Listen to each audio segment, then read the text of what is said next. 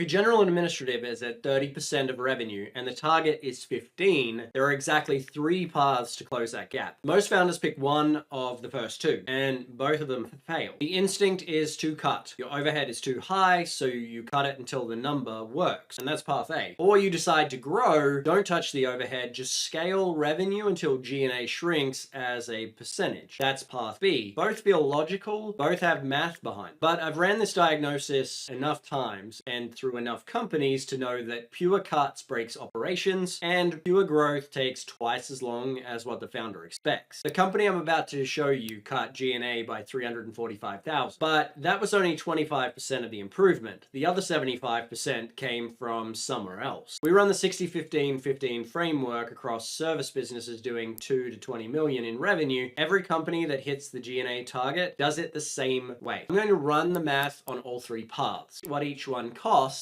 how long it takes, and which one actually gets you there. One of them breaks the business, one wastes years, only the third one truly works. $750,000. That's how much a $5 million business at 30% G&A would need to cut to reach 15%, if cutting were the only lever. Let that sit for a second. 50% of your entire overhead gone. That's not trimming fat, that's gutting the infrastructure that runs the business. You're cutting half of your admin team, half of your office costs, possibly your own salary down to a fraction of what it is now on a $5 million business. That means losing the people who run payroll, who manage onboarding, who handle compliance and vendor relationships. The work doesn't disappear when the people do. And the cascade starts fast. Within a month or 2, the same pattern we covered in the last couple of videos, the remaining team is drowning. Invoices are late, client experience suffers, the founder is doing admin work instead of leading. Except now it's worse. Because you didn't just consolidate admin, you completely gutted it. There's no temporary fix at this scale. You've removed the foundation. Here's what makes this path truly dangerous. You've now stripped the infrastructure that supports delivery and sales. Your delivery team has no admin backbone. Your sales team has no operational support. Revenue starts to slip. Not because the market changed, not because your offer got worse, but because you broke the machine that runs the business. And you can't grow your way out of damage you caused by cutting too deep, because the growth engine depends on infrastructure you just removed. Even if you hit 15% on paper, you've done it on flat or declining revenue. A $5 million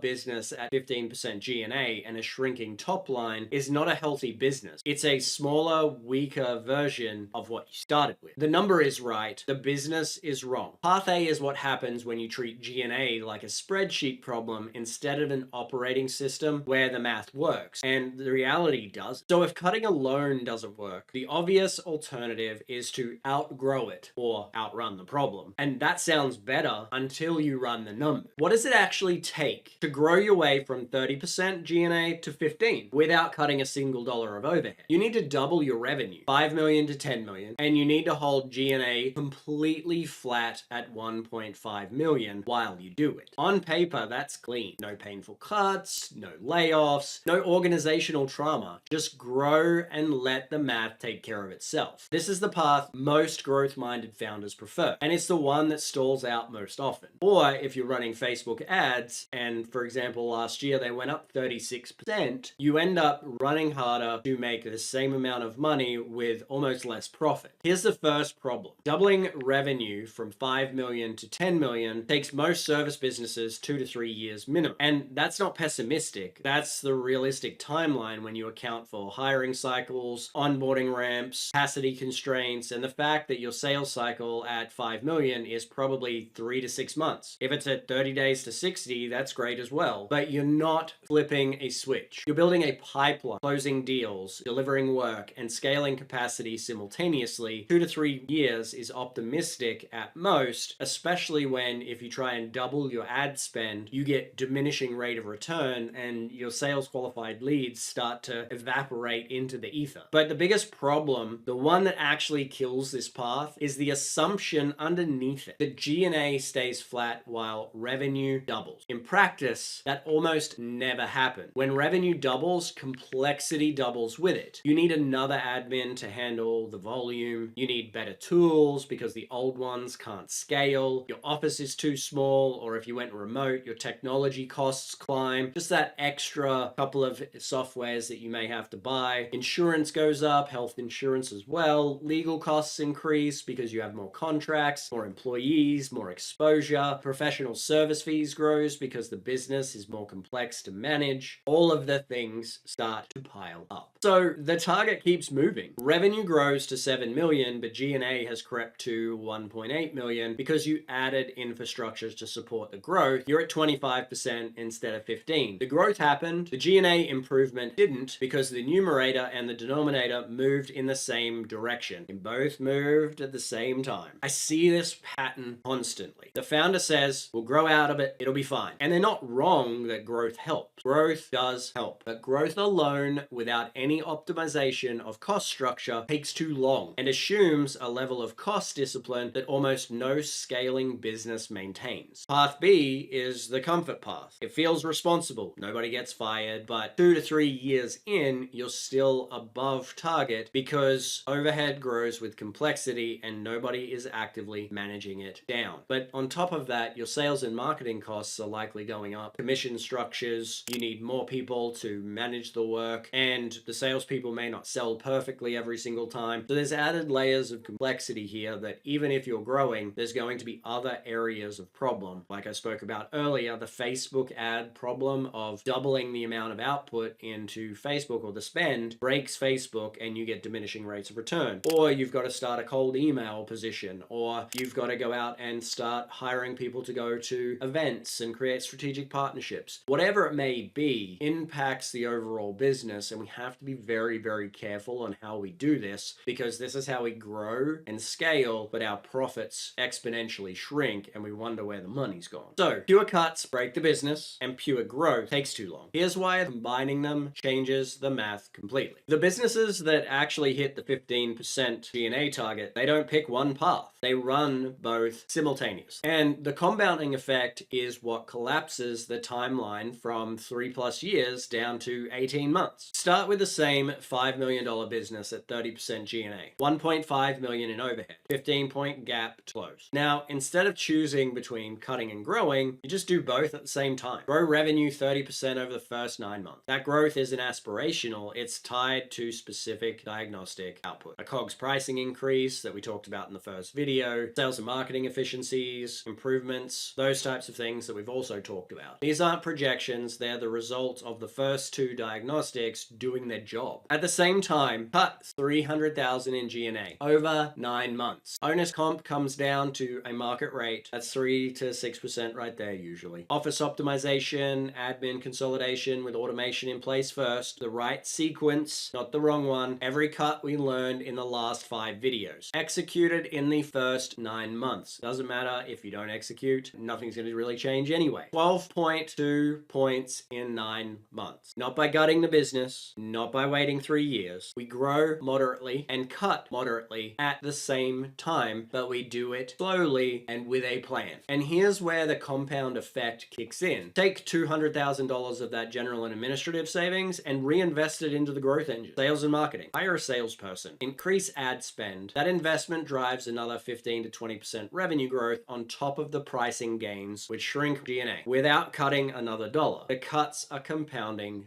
through growth, assuming that you have a good growth engine in place first, which we talked about in other videos. So that is why we always focus on our pricing and our cost of goods sold, our delivery costs. Then we focus on sales and marketing, because when we get to general and administrative, we're able to reinvest that money aggressively into growth to be able to tie our general and administrative back in to a very scalable system. Now let me show you what this looks like over the full journey. A real $5 million company, 30% general administrative at the start. COGS pricing fix already underway from the diagnostic. Sales and marketing optimization is in the works. Months 1 through 9, 35% revenue growth driven by the COGS pricing. In $300,000 in G&A cuts, owner's comp, office, admin consolidation, $200,000 of those savings we reinvested into sales and marketing. Months 10 through 18, 26% continued revenue growth from the sales and marketing investment plus organic momentum. Another $150,000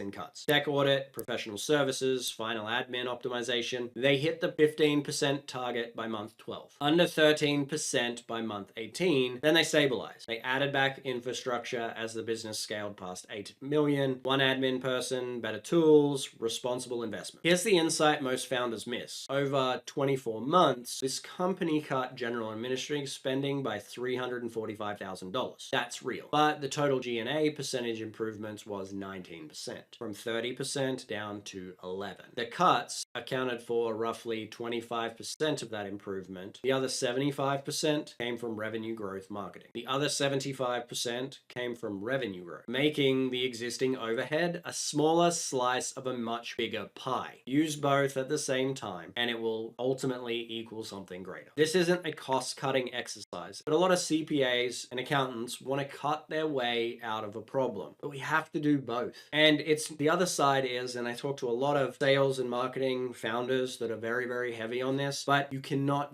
just grow your way out of this problem. It's both running simultaneously, compounding through each other. Growth makes every dollar of cuts more powerful. Cuts free up capital to reinvest in more growth. And it just creates this flywheel. Pull up your own G&A data. Look at your numbers. Now ask yourself honestly, am I trying to cut my way there, grow my way there, or am I running both levers at the same time? Because the math only works if both are moving. And here's a really simple trick that you can do. Pull your profit and loss detail from QuickBooks, Xero, whatever it may be. Look at the expenses. Go through and mark them one of three things. Red for things that you're going to cut. Yellow for things that you probably can find cheaper versions of. And green for things that you have to keep because it helps drive revenue and support your existing infrastructure. Put those three in place and then go ahead and find the cheaper options. Now that AI is out there's new softwares being developed every single week, and you can find things that consolidate your existing SaaS output. That's an easy win right there by just looking at what's out there in the market. That's the general administrative arc. Owner comp, the big three, admin consolidation, the feedback loop, and now the complete path. Growth plus optimization is how every company that hits the G&A target gets there. Not one, but both. All three numbers in the 60-15-15 framework are now diagnosed. COGS, sales and marketing, G&A. But diagnosing them in sequence and executing them are two different things in the real world. You don't finish COGS before starting sales and marketing. You don't finish sales and marketing before touching G&A. Everything that can move starts moving at the same time. The next videos